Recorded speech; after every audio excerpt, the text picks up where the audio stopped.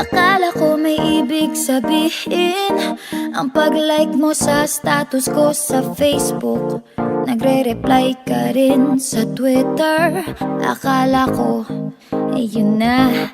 Pero nakita ko kahapon may pinost kang iba. May kasama kang maganda. Ang sabi mo sa akin, kaibigan mo lang siya. Ang hirap palang maging D-A-N-G-A. Ang hirap palang maging D-A-N-G-A. Pinapaasa mo lang ako kasi alam mo na crush kita. Oo, na crush kita. Pambihira o nung dati pa. May patanong-tanong ka pa kung sino yung Siya yung pinaparinggan mo sa status mo. Hindi ah. Sino? Ikaw! Ikaw! Pakalimera ka! Ikaw ah?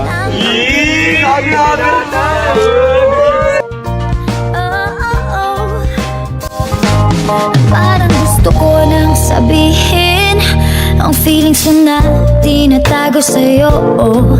Para na akong pulis, maka-stalker sa profile mo. Ano ba?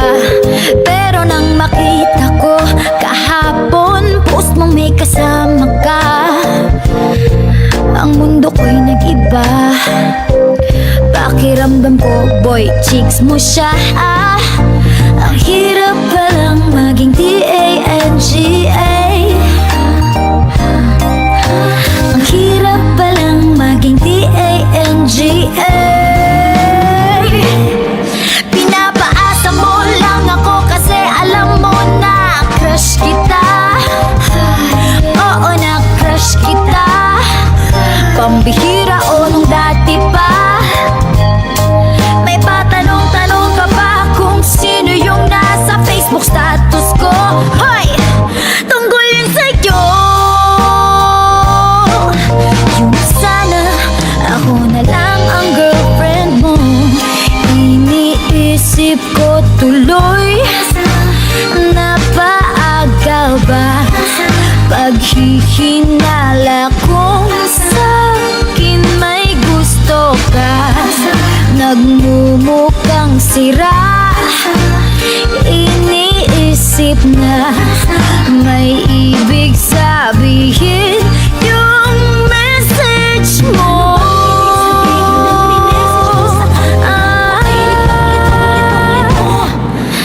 Ang hirap palang maging D-A-N-G-A. Ay, ang hirap palang maging D-A-N-G-A.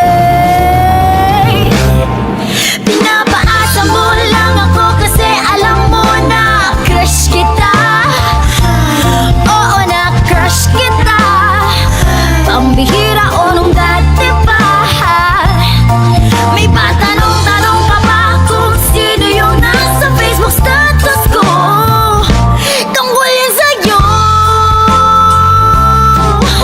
Imbes sana ako na lang ang girlfriend mo. Hoy, Paige, gumising ka na. Ano ka ba? Tanghali na. Pupuyat-puyat ka pa dyan sa lalaki na di ka naman gusto. Hoy, ano ba?